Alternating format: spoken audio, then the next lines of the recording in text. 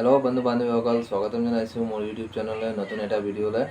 আৰু আমাৰ অসম পুলিচৰ যে অফিচিয়েল ৱেবছাইট আছে 5 দিন 6 দিন মান আগত আমাৰ অসম পুলিচৰ যে অফিচিয়েল ৱেবছাইট আছে সেইটো আমাৰ সাৰ্ভাৰটো ডাউন আছিলে। ৱেবছাইটৰ যে লিংক আছে সেইটো সাৰ্ভাৰ ডাউন হৈ আছিলে। ডাউন হোৱাৰ কাৰণ কি আছিলে, আমাৰ এই ডাউন হৈছিলে তেতিয়া আমাৰ এটা কিবা নোটিছ জাৰি হৈছিলে।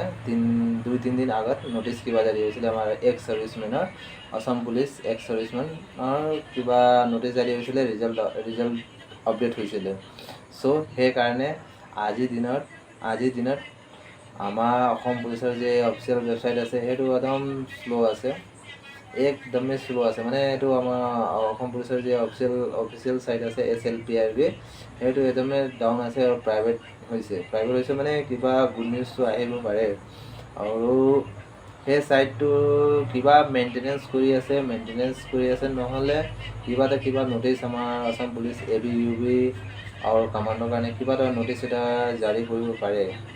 সেইকাৰণে আপোনালোক ভালদৰে প্ৰেক্টিছ কৰি থাকিব, তৈয়াৰী কৰিব। আৰু য'তে নহয় আপোনাৰ এডমিট কাৰ্ড সেই বেছি দিন টাইম নালাগে, 2-3 দিন ভিতৰতে আপোনালোকৰ কিবা এটা গুড নিউজ পাব আপোনালোকে।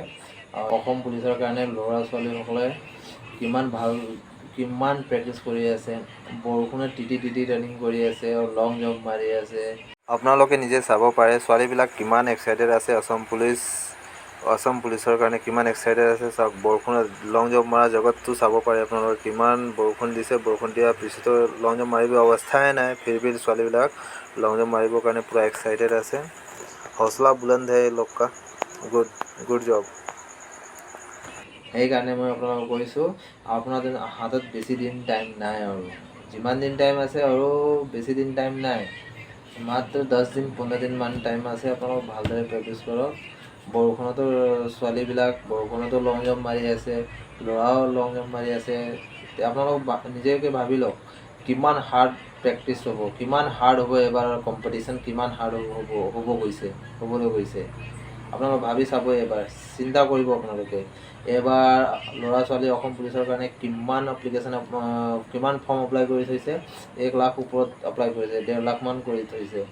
আপোনালোকে ভাবক কিমান ভালদৰে প্ৰেক্টিছ কৰিব লাগিব কি 1 নম্বৰত পাব লাগিব আপোনালোকে।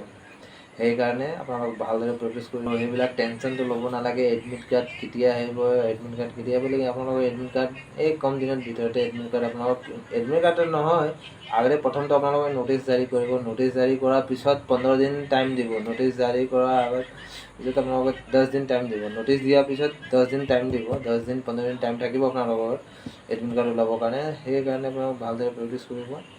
আপোনালোকৰ আগষ্ট মাহত হ'বই ইণ্টাৰভিউ, একদম কনফাৰ্ম আগষ্ট মাহত হ'বই। সেইকাৰণে আপোনালোক ভালদৰে প্ৰেক্টিছ কৰিব। আৰু মোৰ ভিডিঅ' যদি ভাল লাগিলে হয় আপোনালোকে লাইক কৰিব, কমেণ্ট কৰিব, আৰু যিমানলৈকে পাৰে মোৰ ভিডিঅ'টো শ্বেয়াৰ কৰি দিব। জয় হিন্দ।